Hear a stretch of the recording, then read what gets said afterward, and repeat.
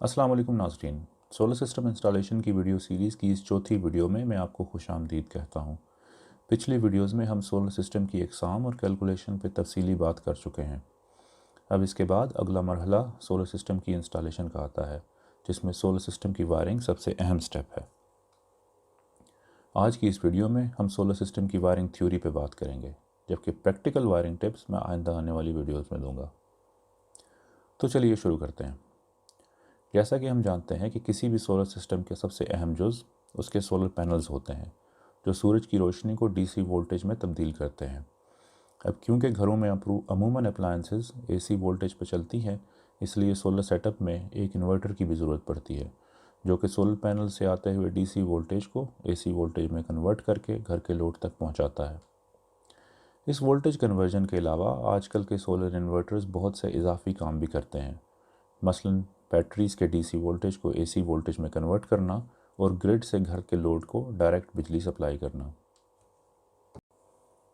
Inverter ये काम काफ़ी इंटेलिजेंट तरीके से करता है।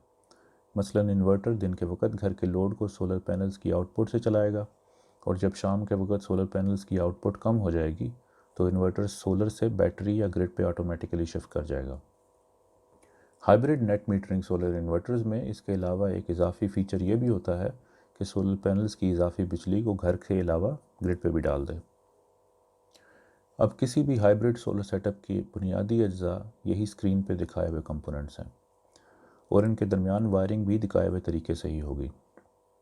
यानी सोलर पैनल्स, बैटरीज़, ग्रिड और घर के लोड की वायरिंग इन्वर्टर की इनपुट आउटपुट पे जा रही होगी। हाँ, कुछ नए सोलर इन्वर्टर्स में घर के लोड की वायरिंग थोड़ी मुख्तलिफ हो सकती है, और आप घर के एसेंशियल और नॉन एसेंशियल लोड को अलहदा इन्वर्टर के साथ जोड़ सकते हैं। अच्छा, इस डायग्राम में कुछ इजाफी कंपोनेंट शामिल नहीं जो सोलर सिस्टम की प्रोटेक्शन के लिए इस्तेमाल किए जाते हैं। इनमें सोलर पैनल्स और इन्वर्टर के दरमियान एक डीसी सर्किट ब्रेकर, बैटरीज और इन्वर्टर की इनपुट के दरमियान एक दूसरा डीसी सर्किट ब्रेकर, और घर के लोड और इन्वर्टर की आउटपुट के दरमियान एक एसी सर्किट ब्रेकर शामिल है। इसके अलावा ग्रिड और इन्वर्टर की इनपुट के दरमियान एक over under voltage protection device लगाई जाती है, जो कि वोल्टेज प्रोटेक्शन के अलावा एसी ब्रेकर का काम भी देती है। इन तमाम डिवाइसेस का मकसद शॉर्ट सर्किट या वोल्टेज फ्लक्चुएशन की सूरत में सोलर इक्विपमेंट को बचाना है। कुछ नए आने वाले इन्वर्टर्स में कुछ प्रोटेक्शन डिवाइसेस इन्वर्टर के अंदर ही लगी होती हैं, इसलिए आपको सारी एक्सटर्नल डिवाइसेस लगाने की ज़रूरत नहीं। इसके अलावा एक और चीज़ जो सोलर सेटअप में काफ़ी फ़ायदेमंद रहती है, वो एक चेंज ओवर स्विच है। इस चेंज ओवर स्विच को लगाने से आप सोलर सेटअप को आसानी से मुकम्मल डिस्कनेक्ट कर सकते हैं और घर के लोड को डायरेक्टली ग्रिड पर चला सकते हैं। मेरे अपने घर की वायरिंग में मैंने एक इजाफी चेंज ओवर स्विच भी लगाया है, जो घर के लोड को मीटर 1 या मीटर 2 में से किसी एक के साथ कनेक्ट करता है। इसकी वजह यह है कि वापडा के यूनिट्स का बिल पहले 100 यूनिट्स के लिए कम होता है, इसलिए जब मेरे 1 मीटर से 100 यूनिट इस्तेमाल हो जाते हैं तो मैं दूसरे मीटर पर शिफ्ट कर जाता हूँ। ये एक इजाफी सेटअप है और आप अपनी ज़रूरत को देखते हुए इसको इंस्टॉल करने या ना करने का फ़ैसला कर सकते हैं।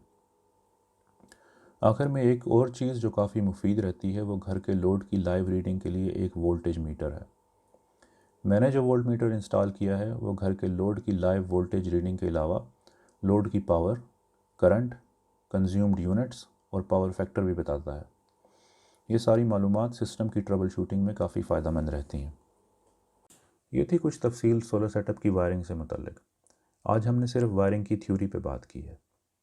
अगली वीडियोस में मैं आपको प्रैक्टिकल इंस्टॉलेशन की टिप्स भी दूंगा, ताकि आप इस वायरिंग डायग्राम को असल में इम्प्लीमेंट कर सकें। इसके अलावा एक चीज़ जो इस वीडियो में शामिल नहीं वो सोलर सेटअप की अर्थिंग है। अर्थिंग पे मैं एक अलहदा वीडियो बनाऊंगा, क्योंकि मेरी राय में अर्थिंग किसी भी सोलर सेटअप और इंसानों की हिफाजत के लिए एक बहुत ज़रूरी चीज़ है। इस वीडियो को यहीं पे ख़त्म करते हैं।